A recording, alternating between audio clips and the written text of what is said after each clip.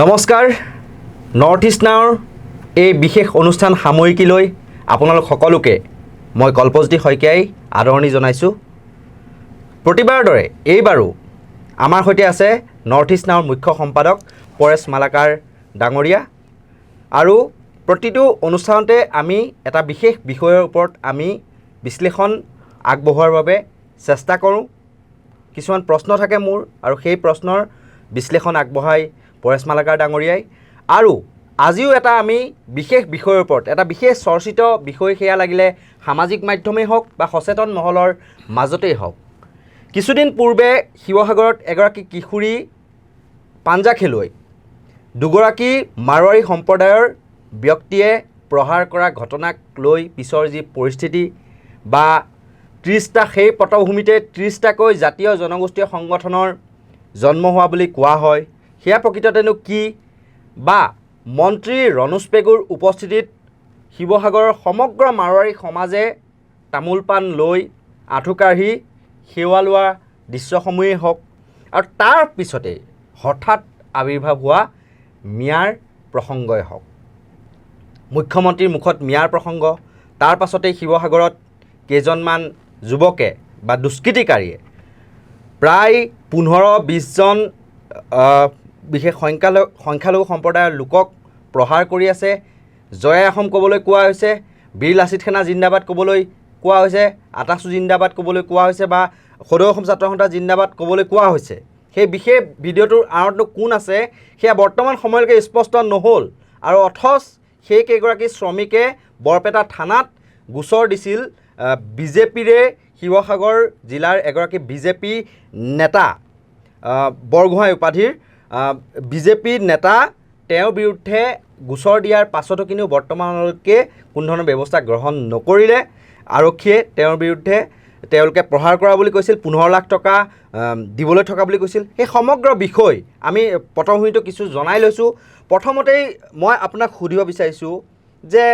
এইবিলাক যে ঘটনা ঘটি আছে সঘনাই, মাৰোৱাৰী ব্যৱসায়ীয়ে পাঞ্জা খেলুৱৈক প্ৰহাৰ, তাৰপিছতকে হঠাৎ আকৌ মিয়াৰ প্ৰসংগ, তাৰপিছতে উজনি অসমৰ পৰা মিয়া খেদাব লাগিব, তেনেকুৱা এক অভিযান আৰম্ভ কৰা হ'ল, ভিডিঅ' ভাইৰেল হ'ল। এই পৰিৱেশৰ সূচনা কিয় হৈছে, কি ভাবে আপুনি? প্ৰথম কথাটো হৈছে যিটো উজনি অসমৰ যিটো শিৱসাগৰত যে মাৰোৱাৰী সম্প্ৰদায়ৰ লগত যিটো সংঘাত, সেইটো অতি অবাঞ্ছিত কথা। যে সেই ধৰণৰ কথা এটা কেতিয়াও হ'ব নালাগিছিলে। এগৰাকী মহিলা, এগৰাকী ছোৱালী খেলুৱৈ, কিশোৰী পাঞ্জা খেলুৱৈ কিশোৰীক তেনেকুৱা ধৰণৰ তেওঁলোকে লপাথপা কৰা, প্ৰহাৰ দিয়াটো কোনো যুক্তিসংগত কেতিয়া কোনো পদ্ধতি মানিব নোৱাৰি। আৰু এইটো আচলতে কোৱা হয় যে যোৱা সময়ছোৱাত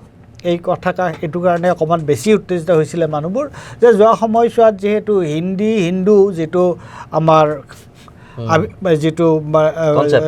কনচেপ্ট, মানে যিটো আধিপত্য আহি আছে, আৰু বিশেষকৈ বিজেপি মানে বিজেপিৰ শাসনত, সেইটোক লৈ মানুহৰ মাজত এটা বেলেগ ধৰণৰ খং বা ৰাগ মানুহৰ মাজত হৈছিল। কিন্তু দুটা কথা, এটা হৈছে যে তাত যিটো ঘটনা ঘটিল, তাত আচলতে মই এই কথাটো বুজি নাপালোঁ যে তেওঁলোকে যেতিয়া এটা অপৰাধ কৰিছে, মাৰোৱাৰী সম্প্ৰদায় হওক বা অন্য সম্প্ৰদায় হওক, যেতিয়া অপৰাধ কৰিছে, সেই অপৰাধটোৰ কাৰণে আমি তাক সম্প্ৰদায়ৰ কথাটো ভবাতকৈ যিয়ে অপৰাধ কৰিছে তাত প্ৰশাসন আছিলে নে, প্ৰশাসনে তাত ব্যৱস্থা নল'লে কিয়? তাত মন্ত্ৰী এজনৰ লগত লৈ তাত তেওঁলোকক ক্ষমা খোজাৰ যিখন নাটক, যিখন এটা তাত পাৰফৰ্ম কৰা হ'ল, সেইটো মই বুজি নাপালোঁ কি কাৰণে। কাৰণ মন্ত্ৰী এজনৰ উপস্থিতিত তেওঁলোকে কাক ক্ষমা কৰিব লাগে? তেওঁলোকে যদি অপৰাধ কৰিছে, আৰু তেওঁলোকে অপৰাধ কৰিছে, নিশ্চিতৰূপে অপৰাধ কৰিছে, তেওঁলোকৰ বিৰুদ্ধে আইনমতে ব্যৱস্থা কিয় লোৱা নহ'ল? সেইটো এটা গুৰুত্বপূৰ্ণ কথা। কিয় মন্ত্ৰী এজনৰ মধ্যস্থতাত তেওঁলোকে তেনেকুৱাকৈ এটা সামাজিকভাৱে কিবা ক্ষমা খোজাৰ এটা পৰিৱেশ এটা সৃষ্টি কৰিব লগা হ'ল? তেওঁলোকক আইনমতে তেওঁলোকে এটা দোষ কৰিছে, সেই দোষৰ কাৰণে পুলিচে তেওঁলোকক গ্ৰেপ্তাৰ কৰিব লাগিছিলে, আৰু তেওঁলোকক যথাবিধি তেওঁলোকৰ শাস্তি হ'ব লাগিছিলে, 1 নম্বৰ। দ্বিতীয় কথাত তুমি যিটো ক'লা যে প্ৰথমতে এই ধৰণৰ এটা মানে যিটো মাৰোৱাৰী সম্প্ৰদায়ৰ বিৰুদ্ধে যি ধৰণৰ কথা এটা উঠিছিল, বহিৰাগতৰ কথা এটা প্ৰশ্ন এটা উঠিছিল তাৰপিছত হঠাৎ এইটো কেনেকুৱাকৈ এটা মিয়াৰ প্ৰশ্নটো আহিল এইখিনিতে মনত ৰাখিব লাগিব এটা কথা যে এই প্ৰশ্নটোৰ উৎপত্তি হৈছে কিন্তু এই যে আমাৰ ধিঙৰ যিটো ধৰ্ষণৰ যিটো প্ৰশ্ন ধৰ্ষণৰ কথাটোক আচলতে তৎক্ষণাত এটা ৰাজনৈতিক এটা সাম্প্ৰদায়িক এটা কালাৰ দিয়া হ'ল গতিকে এটা চামে চেষ্টা কৰি আছিলে যে অসমত এটা চামে আচলতে এই ধৰণৰ এটা পৰিৱেশ এটা ক্ৰিয়েট কৰিবৰ কাৰণে তেওঁলোকে চেষ্টা কৰি আছিলে গতিকে ধিঙৰ আৰু ঘটনাটোৰ তেওঁলোকে সুযোগ লৈ তৎক্ষণাত এইটোক মিয়াৰ বিৰুদ্ধে এটা সেয়া কৰি দিলে এটা অপপ্ৰচাৰ চলালে তেওঁলোকে এটা উত্তেজনা সৃষ্টি কৰিলে যেন এজন মিয়াই কোনোবা এজনে এটা কৰিলে যেন সমগ্ৰ জাতিটো সমগ্ৰ সম্প্ৰদায়টোৱে তাৰ কাৰণে কেনেকুৱাকৈ দায়ী হ'বতো কেতিয়াও নহয় তাৰপিছত দুদিন পিছতে আমি দেখা পাইছিলোঁ যে বেলেগ বেলেগ জাতি বেলেগ বেলেগ সম্প্ৰদায়ৰ মানুহৰ ধৰ্ষণ বা এই ধৰণৰ ছোৱালীজনীয়ে জনিত অপৰাধত লিপ্ত হোৱাৰ খবৰ আমি পাইছিলোঁ আমি নিজে তেনেকুৱা আছিলে গতিকে কি কাৰণত কেৱল এটাক ছিংগুল আউট কৰা হ'ল আৰু মিয়াৰ বিৰুদ্ধে এই ধৰণৰ কাৰবাৰটো কৰা হ'ল সেইটো কিন্তু অলপমান চিন্তা কৰিবলগীয়া কথা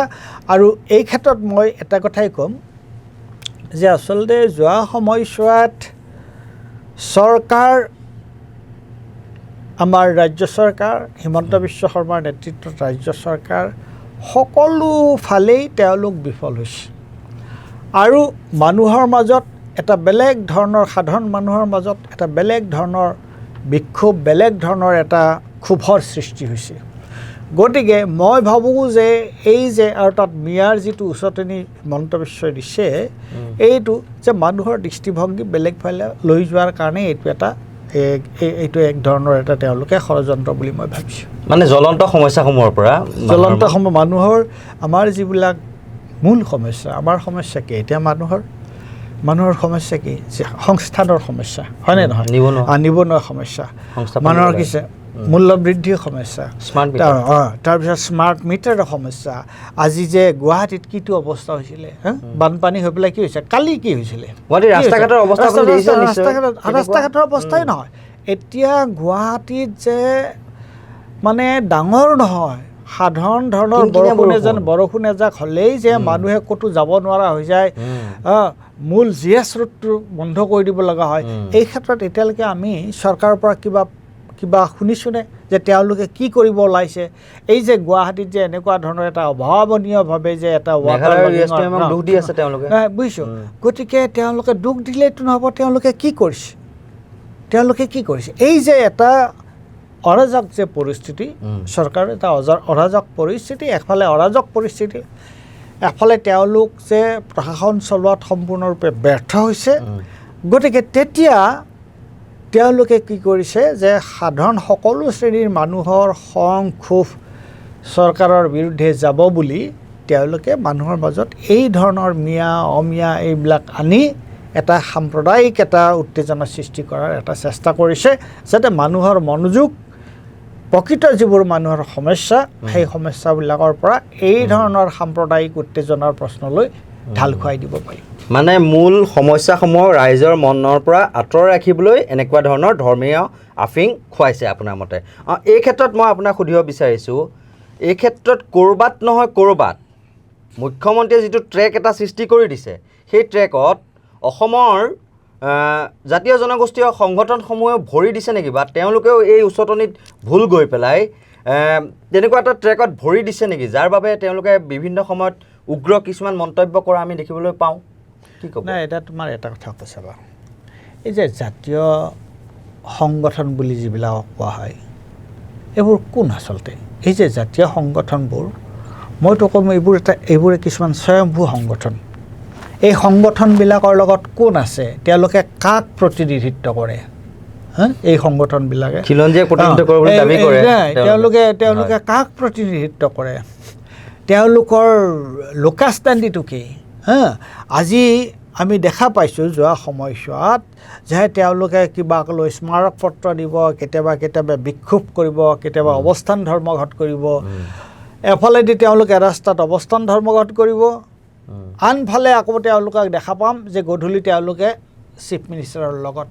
লগালগি কৰিব গতিকে আন্দোলন এফালে দেখাত আন্দোলন তেওঁলোকৰ মানে বাৰ্গেইনিং কৰিবৰ কাৰণে যে তেওঁলোকৰ যে কিবা এটা লোকাষ্টেণ্ডি আছে সেইটো দেখুৱাবৰ কাৰণে আৰু যে অলপ হৈ চৈ কৰে তেতিয়াই তেওঁলোকক আকৌ মানে দিছপুৰলৈ মাতিব দিছপুৰত কি লেনদেন হয় তেওঁলোকে আৰু চৰকাৰ আৰু তেওঁলোকেহে জানে গতিকে এই যি চাম মুধা ফুটা জাতীয় সংগঠন বুলি যিবিলাক কৈছে ওলাইছে সেইবিলাক আচলতে মোৰ এইটো শব্দ ব্যৱহাৰ কৰিবলৈ মোৰ একো আপত্তি নাই যে সেইবোৰ মূলতঃ তাৰ বেছিভাগেই কিন্তু জনসাধাৰণক প্ৰতিনিধিত্ব কৰা সংগঠন নহয় সেইবোৰ হৈছে আচলতে দালালি কৰা সংগঠনে নহ'লে সেইবোৰ তেওঁলোক কেনেকৈ চলি আছে তেওঁলোকৰ গাড়ী মটৰ কাপোৰ কানি তেওঁলোকৰ যিটো ষ্টাইলত যিটো চলে সেইটোৱে তাৰ দ্বাৰা যোৱা সময়ছোৱাত অসমৰ কি উন্নতি হৈছে এই জাতীয় সংগঠনবিলাকৰ যোগেদি তেওঁলোকে তাৰে কিছুমান মুষ্টিমেয় নেতা পালি নেতা তেওঁলোকৰ কাৰণে এইটো হৈছে এটা দালালি কৰা ধন ঘটা এটা কাৰবাৰ আকৌ তেওঁলোকে দেখোন কয় যে ইয়াত বহিৰাগত বনিয়াৰ দপদপনি নচলিব অসমীয়াত খিলঞ্জীয়াৰ প্ৰভুত্ব চলিব আমাক খিলঞ্জীয়াক প্ৰহাৰ কৰিব আমি চাই থাকিম তেনেকুৱা ধৰণৰ কিন্তু কিছুমান মন্তব্য কৰে নহয় সেই ধৰণৰ মন্তব্য এইকাৰণে কৰে যে সেই ধৰণৰ মন্তব্য কৰিলে সেই ধৰণৰ সস্তীয়া মন্তব্য কৰিলে মানুহক উত্তেজিত কৰিব পাৰিছে মানুহক উত্তেজিত কৰে যদি বহিৰাগত বুলি ক'লেও বহিৰাগতৰ বহুত ধৰণৰ কথা আছে এতিয়া অসম ভাৰতৰ এটা অংগৰাজ্য গতিকে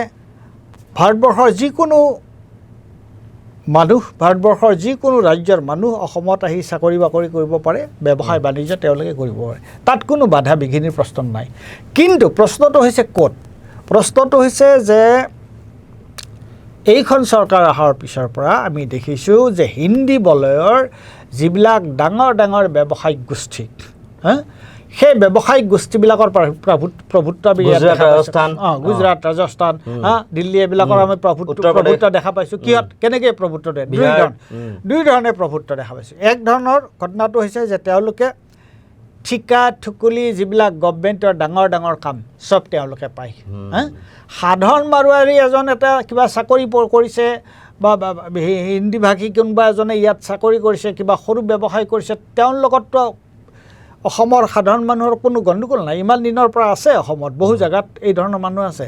কিন্তু যেতিয়া এই ধৰণৰ হয় যে অসমৰ সকলো ঠিকা ঠিকুলি ডাঙৰ সৰু সকলো বাহিৰৰ এই হিন্দী বলয়ৰ মানুহক দিয়া হ'ব ডাঙৰ ডাঙৰ বনিয়া গোষ্ঠীক দিয়া হ'ব ঠিকা দিয়া হ'ব দুই নম্বৰতে ৰামদেৱৰ দৰে মানুহে কোনো ধৰণৰ কথা নোহোৱাকৈ তেওঁলোকে পাম অইলৰ খেতি শ হাজাৰ হাজাৰ বিঘা তেওঁলোকক মাটি দিয়া হ'ব এইটোৱে হৈছে বহিৰাগত এই যিবিলাক বৃহৎ গোষ্ঠীৰ বহিৰাগত ঠিকা লাভ কৰে গতিকে সেইটোৰ বিৰুদ্ধে ক্ষুব্ধ হ'ব লাগে সাধাৰণ বাহিৰৰ পৰা অহা সাধাৰণ মানুহৰ বিৰুদ্ধে আমাৰ খুব জাৰি একো লাভ নাই যে যিবিলাকে আৰু এইবিলাক মানুহে আচলতে চৰকাৰৰ লগত সম্পৰ্ক তেওঁলোকে কি কৰিছে তেওঁলোকে যে গোটেইখন অসম লুটিপুটি খাব ধৰিছে তেওঁলোকে যে ৰাস্তাৰ আমাৰ হাইৱেৰ দুইফালে অসমীয়া মানুহৰ মাটি নোহোৱা হৈছে স্থানীয় মানুহৰ মাটি নোহোৱা হৈছে তেওঁলোকে সেই সমগ্ৰ মাটিখিনি বনিয়াই ক্ৰয় কৰিছে যিবোৰ আনকি কৃষিভূমি সেই কৃষিভূমি বনিয়াই ক্ৰয় কৰিছে আৰু বনিয়াই ক্ৰয় কৰাৰ লগতে আমাৰ কথা উঠে চিফ মিনিষ্টাৰৰ পৰিয়ালেও তেনেকুৱা ধৰণৰ কৃষিভূমি 125 বিঘা কৰিছে তাৰপিছত এতিয়া কাজিৰঙাত মই মাজতে এটা দেখিছোঁ গোলৰাজ বুলি এখন ধুনীয়া ডকুমেণ্টাৰী কৰিছে যে কাজিৰঙাত এই যে সাধাৰণ 23 ঘৰ সাধাৰণ খাটি খোৱা আদিবাসী মানুহৰ তেওঁলোকৰ মাটি দখল কৰি জোৰপূৰ্বক হায়াত হোটেল 5 ষ্টাৰ হায়াৰ হোটেল আমি ষ্টৰি কৰিছোঁ বহুকেইটা কৰিছোঁ গতিকে এই যিবোৰ প্ৰৱণতা আজি এই যিবোৰ তথাকথিত যিবোৰ জাতীয় সংগঠন তেওঁলোকে এইবোৰ ইছ্যু লৈছে জানো নাই এইবোৰতো লোৱা দেখা নিমাত আমি নিজেই কৈ আছিলোঁ বহুত তাৰমানে দুই এটা প্ৰকৃতিপ্ৰেমী সংগঠন বা পৰিৱেশবিদে আমাক মন্তব্য দিছে কিন্তু আমি আছুৰেই হওক বা অন্যান্য সংগঠনৰ এই ক্ষেত্ৰত কিন্তু কোনো মন্তব্য নেদেখিলোঁ ইমান ডাঙৰে কিছু কি কাৰণে জৈৱ বৈচিত্ৰ্যৰ ওপৰত কিমান ডাঙৰ এক ভাবুকি কঢ়িয়াই পঞ্চতাৰকা হোটেল নিৰ্মাণ কৰিছে। এই ক্ষেত্ৰত কিন্তু আছুৱেই হওক বা অন্যান্য 30 জাতীয় জনগোষ্ঠীয় সংগঠনেই হওক, বীৰ লাচিত সেনাই হওক বা KMSSই হওক, কোনেও দেখোন একো নামাতিলে। কি কাৰণে এইবিলাকত নাই, কি কাৰণত নাই? গতিকে এইটো গুৰুত্বপূৰ্ণ কথা। গতিকে তাৰপিছত মিয়াৰ কথাটো উলিয়াই দি মানে এটা উত্তেজনা সৃষ্টি কৰা। আৰু মিয়া মানে কি? মিয়া মানেতো হৈছে হিন্দু মুছলমান ন, হয় নাই? আৰু হিন্দু মুছলমান হ'লে কি হয়? হিন্দু মুছলমানৰ উত্তেজনাটো যদি বেছি হৈ থাকে, এতিয়া তুমি সেইদিনা হেৰিত কি ক'লে সদনত তুমি সেইটো দেখুৱাই লোৱাচোন। নিশ্চয়কৈ এই ক্ষেত্ৰত মুখ্যমন্ত্ৰী হিমন্ত বিশ্ব শৰ্মাই এক মন্তব্য কৰিছে যে নামনি মানুহ উজনিলৈ কিয় যাব সেই তেনেকুৱা ধৰণৰ এক মন্তব্য কৰিছে। পক্ষপাতিত্ব আমি কৰিমেই সেই বুলিও এক মন্তব্য কৰিছিল। আমি এই মুহূৰ্তত শুনাই লৈছোঁ সেই মন্তব্য। অধ্যক্ষ মহোদয়, আজি আপোনালোকে এটা ডাঙৰ কথা ক'লে। আজি চব জানি বা নাজানি আমাৰ জনীয়া সমষ্টিৰ বিধায়ক আৰু বিৰোধী দলৰ দলপতিগৰাকীয়ে এটা আজি ডাঙৰ কথা ক'লে। আৰু আপুনি কি কৈ আছে? আৰু মই পক্ষ ল'ম না, আপুনি কি কৰিব? মই পক্ষ ল'মেই, মই পক্ষ ল'মেই। প্লিজ যি কৰে কৰক না, মই ল'মেই। খবৰ দিয়কচোন। মই ল'মেই, খবৰ দিয়ক, ল'মেই। আরে কি লাগে এতিয়া? আরে ভাই নহয়, মই আপোনালোকে যদি নুশুনাকৈ আপোনালোকে ষ্টেটমেণ্ট দিবই দিয়া নাই। হ'ব কি ডিভাইড এণ্ড ৰুল। ঠিক আছে হ'ব, একো অসুবিধা নাই। এতিয়া আপোনালোকে পঢ়িলে শুনক। আচ্ছা, আজি আপোনালোকে কি ক'লে? এটা ডাঙৰ কথা ৰফিকুল চাহাবে ক'লে আৰু দেৱব্ৰত শইকীয়াই ক'লে যে লোৱাৰ আছামৰ পৰা মানুহ আপাৰ আছামত যাবই। হাৰি কিয় যাব কওকচোন? কিয়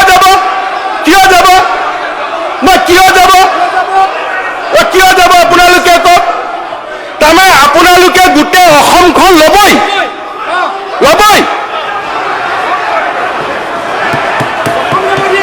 আপোনালোকে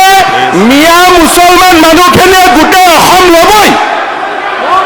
আমিও ল'ব নিদিওঁ, হৈ গ'ল। আমিও ল'ব নিদিওঁ। আপোনালোকে আজি হাউচত ক'লে যে আমি ল'মেই, আৰু মই কৈছো আপোনালোকক আমি ল'ব নিদিওঁ। বাছ। গতিকে এতিয়া তুমি চোৱা, এটা মুখ্যমন্ত্ৰীয়ে এই ধৰণৰ কথা কয় নেকি? আজি তুমি নিশ্চয় গম পোৱা যে মুখ্যমন্ত্ৰীৰ এই যিটো বক্তব্য,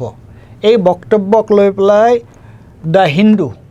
the Indian express, the Telegraph, এই প্ৰত্যেকখন গুৰুত্বপূৰ্ণ ৰাষ্ট্ৰীয় পৰ্যায়ৰ গুৰুত্বপূৰ্ণ বাতৰি কাকতে এই অসমৰ মুখ্যমন্ত্ৰীৰ এই যিটো ভূমিকা, এইটোক গৰিহণা দি এইটোক তিৰস্কাৰ কৰি তেওঁলোকে ডাঙৰ ডাঙৰ এডিটৰিয়েল লিখিছে যে এইটো এটা নোহোৱা নোপোজা কথা। এজন মুখ্যমন্ত্ৰীয়ে য'ত তেওঁ সংবিধানৰ শপত লৈছে, সংবিধানৰ শপতটো কি যে তেওঁ সকলোকে সমদৃষ্টিৰে চাব, তেওঁ কোনো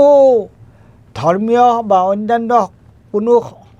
সম্প্ৰদায়ৰ মাজত কোনো হীন প্ৰভাৱ নাৰাখিব। আৰু সেই মানুহজনে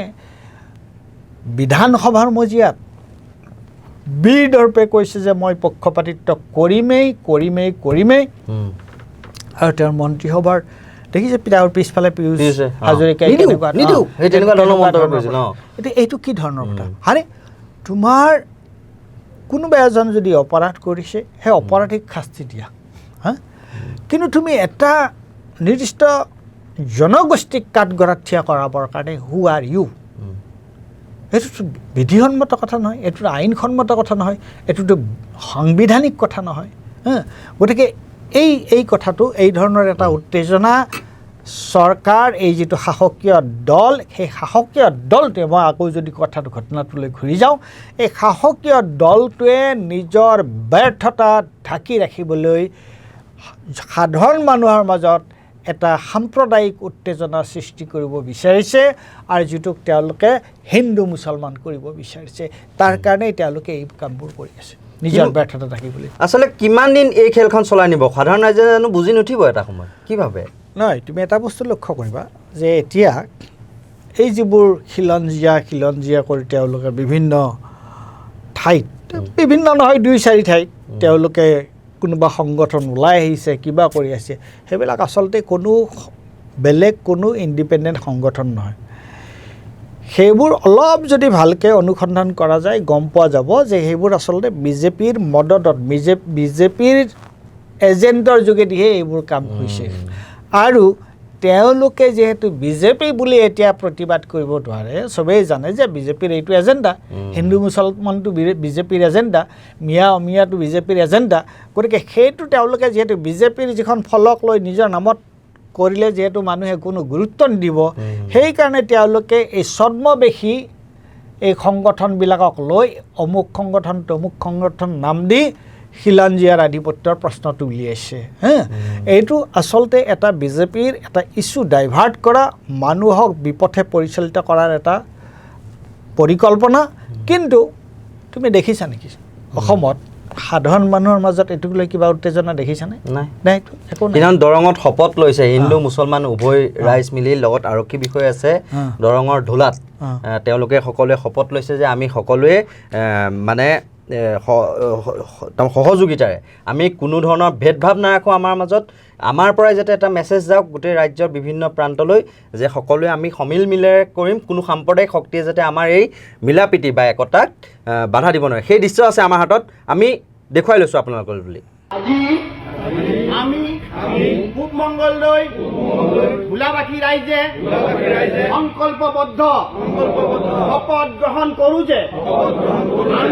আমি ভোলা শান্তিৰ হতে কাম কৰিম বাহিৰা অপশক্তিক প্ৰশ্ৰয় নিদিওঁ আমি ভোলাৰ পৰাই শান্তিৰ বাৰ্তা দিলাম আমি চবেই হিন্দু মুছলিম ভাই হিচাপে ভোলাৰ শান্তিৰ হকে কাম কৰিম জয় টু ধুলাবাসী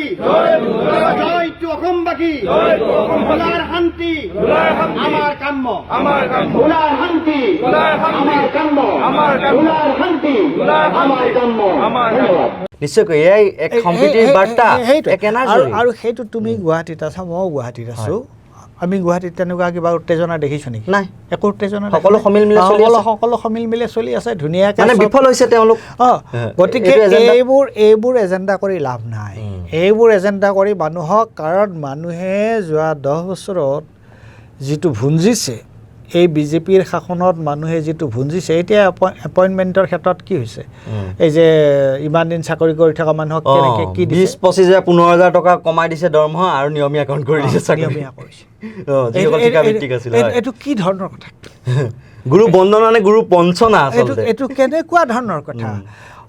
এতিয়া প্ৰশ্নটো হৈছে কি মই এইটোৱে বুজি নাপাওঁ যে যিসকল সাধাৰণ মানুহ বিজেপিৰে সমৰ্থক হওক আৰু এছএছৰ সমৰ্থক হওক তেওঁলোকে এইবোৰ কথা সমৰ্থন কৰে নেকি এই ধৰণৰ কথাবিলাক তেওঁলোকে সমৰ্থন কৰেনে বা গুৱাহাটীত যে এই বানপানীৰ যিটো সমস্যা হৈছে এই বানপানীৰ সমস্যাটোৰ কাৰণে আজি ইটো কোৱা কালি সিটো কোৱা কিন্তু চৰকাৰ এখনৰ এইটো এটা দায়িত্ব হয়নে নহয় যে আমি চৰকাৰৰ ৰাইজক কোৱা যে আমি হয় আমাৰ এইখিনি আমাৰ ভুল হৈছে আৰু আমি হৈছে আমি কৰিব নোৱাৰিলোঁ কিন্তু আমি এতিয়া কৰাৰ কাৰণে পৰিকল্পনা কৰিছোঁ যে এইটোৰ এইটো কি হয় যি কৰিব লাগে বিজ্ঞানসন্মত পদ্ধতিৰে এক্সপাৰ্টে গম পাব তেওঁলোকৰ ইঞ্জিনিয়াৰ্ছ তেওঁলোকক যে হয় এইটো এটা সাংঘাতিক ঘটনা হৈছে যে GS ৰোড এইখিনিত ৰুক্মিণী গাঁও নহয় ৰুক্মিণী গাঁৱত GS ৰোড বন্ধ কৰি দিব লগা হয় মই য'ত থাকোঁ তাত বেলতলা বশিষ্ঠ ৰোড অকণমান পানী হ'লে অকণমান বৰষুণ হ'লে ৱায়াৰলেছত তাত গাড়ী লানি নিছেগিলে গাড়ী বন্ধ হৈ যায় আৰু এতিয়া সেই অৱস্থাটো চাৰিওফালে হৈছে উলুবাৰীত হয় তেনেকুৱা ধৰণৰ অৱস্থা চানমাৰীত এইবোৰ ফ্লাইঅভাৰ কৰি থকাৰ কাৰণে আগতে মাজতে বানপানীত কেনেকুৱা এটা ভয়াৱহ দৃশ্য এটা তাত হৈছিল গতিকে চাৰিওফালে মহানগৰখনত চাৰিওফালে আৰু দিছ ইজ দি কেপিটেল পাঞ্জাবাৰীটো কিনকিনীয়া বৰষুণতে এতিয়া পানী জমা হয় আগতে নহৈছিল তেতিয়াহ'লে গতিকে পাঞ্জাবাৰীত সেইটো অৱস্থা হয় এই যে চাৰিওফালে এই ধৰণৰ অৱস্থা এটা হৈছে তাত চৰকাৰৰ দায়িত্বটো কি গুৱাহাটী ডেভেলপমেণ্ট অথৰিটিৰ দায়িত্বটো কি এই কথাটোৱে আমি জানিব বিচাৰোঁ আমি হিন্দু মুছলমান কৰি থাকিব নিবিচাৰোঁ আমি বিচাৰোঁ যে ইয়াত গুৱাহাটীত সকলো সম্প্ৰদায়ৰ সকলো মানুহ আছে হিন্দু মুছলমান শিখ ইছাই হিন্দী ভাষী অহিন্দী ভাষী সকলো মানুহ ইয়াত আছে গাড়ীখন যদি নিব লগা হয় সেই ৰাস্তাটোৰে যিকোনো মানুহ এইটো বোলে হিন্দুৰ কাৰণে পানী নোহোৱা হৈ যাব মুছলমানৰ কাৰণে পানী হ'ব তেনেকুৱা কথা নহয় গতিকে চিনচিয়াৰলি মই কৈছোঁ যে সেই বিষয়বোৰ কিয় সেই বিষয়বিলাকক চৰকাৰে কিয় অগ্ৰাধিকাৰ নিদিয়ে আৰু নিজৰ ব্যৰ্থতা কিয় স্বীকাৰ কৰি নলয় চৰকাৰে মই সেই কথাটোহে বুজি পোৱা নাই কি কাৰণত এই আইডেণ্টিটি কাৰ্ডটো খেলি থাকিব লগা আছে আৰু আইডেণ্টিটি কাৰ্ডটো আজি কিমান বছৰ হ'ল মই মাজতে মোৰ নিজৰ এডিটৰিয়েল এটাত কৈছোঁ যে আজি 40 বছৰে অসমত এই বস্তুটো চলি আছে আৰু কিমান দিন চলি থাকিব এইটো মানুহ ইমান বুৰ্বক নহয় মানুহৰ ইমান ইতিহাস চেতনা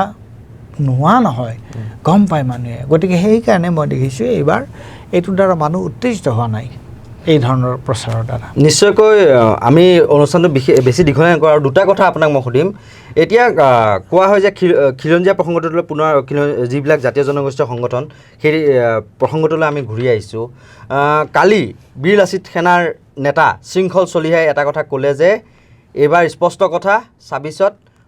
উজনিৰ মানুহে খিলঞ্জীয়াৰ পক্ষত যি দল থাকিব সেয়া লাগিলে বিজেপিয়ে হওক কংগ্ৰেছেই হওক তেওঁলোককহে ভোট দিব সেইবুলি এক মন্তব্য প্ৰকাশ কৰিলে আৰু তেওঁলোকে ক'লে যে বিজেপিৰ পক্ষপাতিত্ব আমি গ্ৰহণ কৰা নাই এইবিলাক ভুৱা প্ৰচাৰ চলি আছে উগ্ৰ জাতীয়তাবাদ চলাই গৈছিলোঁ উগ্ৰ জাতীয়তাবাদ চলি যাব এই মন্তব্য কৰিলে সেই মন্তব্য আমি শুনাই লৈছোঁ তাৰপিছত আমি আপোনাৰ পৰা আমি সেই তাৰ প্ৰতিক্ৰিয়া আমি জানিবলৈ চেষ্টা কৰিম কথাটো হৈছে কি অসমত এটা নেৰেটিভ বনোৱা হৈছে যে 30 জাতীয় জনগোষ্ঠীয় সংগঠনে কোনোবা ৰাজনৈতিক দলৰ পৃষ্ঠপোষকতাত কাম কৰি আছে সামাজিক মাধ্যমত হওক ক'ৰবাত হওক কেতিয়াবা ফেচবুকটো খুলি দেখোঁ আমি বিজেপিৰ পৰা 10 কোটি টকা লৈছোঁ বুলিও কিছুমানে প্ৰচাৰ চলাইছে কিন্তু কথাটো স্পষ্ট 2026ত যিটো বিধানসভা নিৰ্বাচন আহি আছে সেই বিধানসভা নিৰ্বাচনত কংগ্ৰেছ হওক বিজেপি হওক খিলঞ্জীয়াৰ পক্ষত যোন থাকিব উজনি অসমৰ মানুহ তেওঁলোকৰ লগত থাকিব তাতকৈ এটা দ্বিমতৰ কথা নাই আমি এইটো স্পষ্টকৈ কৈ দিছোঁ আমাৰ 30 তাৰিখে হ'বলগীয়া যিখন গণসমাৱেশ সেই গণসমাৱেশৰ কাৰণে অসমৰ প্ৰত্যেক প্ৰান্তৰ খিলঞ্জীয়া মানুহক শিৱসাগৰ আহিবলৈ আমি অনুৰোধ জনাইছোঁ আৰু আমি তেওঁলোকক কৈছোঁ যদি আপোনালোকৰ দলৰ মানুহে খিলঞ্জীয়াৰ পক্ষত আছে তেন্তে 30 তাৰিখে আহক আপোনালোক 30 তাৰিখে আমাৰ গণসমাৱেশলৈ আহক বাংলাদেশী মুছলমানমূলক বাংলাদেশী আমি বিৰোধ কৰিলোঁ তেতিয়া আমি হিন্দুত্ববাদী হৈ নাযাম নহয় হিন্দুত্ববাদী আমাক গেৰুৱাকৰণ কৰিব বিচাৰিলে নহ'ব নহয় জাতীয়তাবাদ পিয়ৰ জাতীয়তাবাদ হ'ব হিন্দু বাংলাদেশী এগেইনষ্টে যুদ্ধ হ'ব মুছলমান বাংলাদেশী এগেইনষ্টে যুদ্ধ হ'ব একদম স্পষ্ট বাৰ্তা চৰকাৰক দি দিয়া হৈছে স্পষ্ট বাৰ্তা কংগ্ৰেছৰ বিৰোধী দলপতিক দি দিয়া হৈছে স্পষ্ট বাৰ্তা দি দিয়া হৈছে ইয়াত কোনো লোক ঢাক নাই জাতীয়তাবাদ মানে জাতীয়তাবাদ এটা নেৰেটিভ বনাই দিছে যদি মুছলমান বাংলাদেশীৰ কথা আমি কওঁ আমি হিন্দুত্ববাদৰ সমৰ্থক আমি যদি হিন্দু বাংলাদেশীক খেদিবলৈ কওঁ তেতিয়া আমি পিয়ৰ জাতীয়তাবাদী এইবোৰ কেনেকুৱা কথা আৰু বহিৰাগত মানুহৰ বিৰুদ্ধে আমি সংগ্ৰাম কৰিব গ'লে কিছুমানে উলিয়াই ইহঁতি হিন্দু বিদ্বেষী জাতীয়তাবাদ কি আপোনালোকে অলপ পঢ়ি লওক পঢ়া শুনা কৰি লওক সেই ওপৰতে জাতীয়তাবাদ হ'ব আৰু জাতীয়তাবাদ উগ্ৰই হ'ব হয় নিশ্চয়কৈ শুনিলে কি মন্তব্য কৰিলে তেওঁ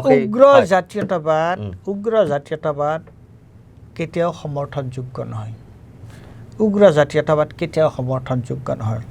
এই যিটো শৃংখল চলিহাই যি ধৰণে যি লাইনত যিটো পেটাৰ্ণত যোৱা সময়ছোৱাত কাম কৰি আছে তাৰ পৰা এটা কথাই স্পষ্ট হৈ আহিছে তেওঁ যিমানেই যি নকওঁ কিয় এটা কথা অতি স্পষ্ট হৈ আহিছে যে শৃংখল চলিহা লাহে প্ৰথমতে চাইলেণ্টলি নীৰৱে আৰু এতিয়া সৰবে বিজেপিৰ ফাললৈ গৈ আছে আৰু নহ'লে শৃংখল চলিহাই এনেকুৱা ধৰণৰ কথা নকয় যি শৃংখল চলিহাই কাৰ সময়ত কি কৈছিল জেললৈ গৈছিল কা আন্দোলনৰ কি কৈছিল কোনে কোনে আনিলে এইখন চৰকাৰে আনিলে নহয় গতিকে খিলঞ্জীয়াৰ কথা কৈ থকাৰ অৰ্থটো হৈছে কি এই যিটো বিজেপিৰ যিটো শ্লোগান হিমন্ত বিশ্ব শৰ্মাৰ যিটো শ্লোগান সেই শ্লোগানত ভৰি দি বিজেপিৰ পক্ষে ৰাজনৈতিক পদক্ষেপ ল'বৰ কাৰণে বিজেপিৰ সপক্ষে এটা জনমত গঠন কৰিবৰ কাৰণে এতিয়া শৃংখল চলিয়া গৈ আছে তাত বাহিৰে এইটো কথা আমি আমাৰ দৰে মানুহে বুজি পাবৰ কাৰণে আমাৰ কোনো ইমান সময় নালাগে এইটো অতি স্পষ্ট কথা আৰু যিহেতু বিজেপিয়ে নিজৰ ভাৱমূৰ্তি যিহেতু ম্লান হৈছে বিজেপি বুলিলে এতিয়া মানুহৰ ওচৰলৈ যাব নোৱাৰা অৱস্থা হৈছে তেওঁলোকৰ মাজত এতিয়া তেওঁলোকে এনেকুৱা ছদ্মবেশী বিজেপিৰ আশ্ৰয় লৈছে মোৰ কথা সেইটোৱেই একেবাৰে শেষৰ প্ৰশ্নটো লৈ আহিছোঁ যিহেতু আপুনি অসম আন্দোলন নিশ্চয়কৈ দেখা পালে কিন্তু আমি দেখা পোৱা নাই আমি শুনিছোঁ বা ৰক্তাক্ত ইতিহাসৰ বিষয়ে আমি পঢ়িছোঁ 855জন শ্বহীদ হ'ল কিন্তু তেতিয়াৰ পৰা কেইটামান শব্দ কিন্তু আমি শুনি আহিছোঁ স্পষ্ট কথা বিদেশী অসমৰ পৰা তালি টোপোলা বান্ধিবই লাগিব যাবই লাগিব বহিৰাগতৰ দপদপনি নচলিব স্পষ্ট কথা সেই তেনেকুৱা ধৰণৰ কথাবিলাক আমি শুনি আহিছোঁ ভাষণৰ মাজত খিলঞ্জীয়া সুৰক্ষা কবচ প্ৰদান কৰিবই লাগিব সেই তেনেকুৱা ধৰণৰ অসমত চাকৰিৰ ক্ষেত্ৰত বিধানসভাত আসন সংৰক্ষণ কৰিবই লাগিব খিলঞ্জীয়া কাৰণ তেনেকুৱা ধৰণৰ কথাবিলাক শুনি আহিছোঁ কিন্তু হাতে কামে আমি দেখা নাই আৰু এটা লগতে মই তাৰমানে চলি থকা প্ৰসংগ এটা আপোনাক মই সংলগ্ন কৰি দিছোঁ কোৱা হয় যে অসমীয়া যুৱক যুৱতীয়ে কাম কৰিবলৈ লাজ কৰে যাৰ বাবে আজি বহিৰাগতই হওক বা যিসকলক আচলতে মিয়া বুলি কোৱা হয় যিটো চৰ্চা তেওঁলোকে সেই অৰ্থনৈতিকভাৱেও বজাৰখন দখল কৰিছে বুলি কিন্তু চৰ্চা চলি আছে দুয়োটা প্ৰসংগ সন্দৰ্ভত আপুনি কি ক'ব প্ৰথম এটা কথা মই কৈ লওঁ ঘটনাটো হৈছে কি যে এই যিবোৰ শুনিবলৈ খুব উত্তেজনামূলক যিবোৰ শ্লোগান সেই শ্লোগানবিলাক আৰম্ভ হৈছিলে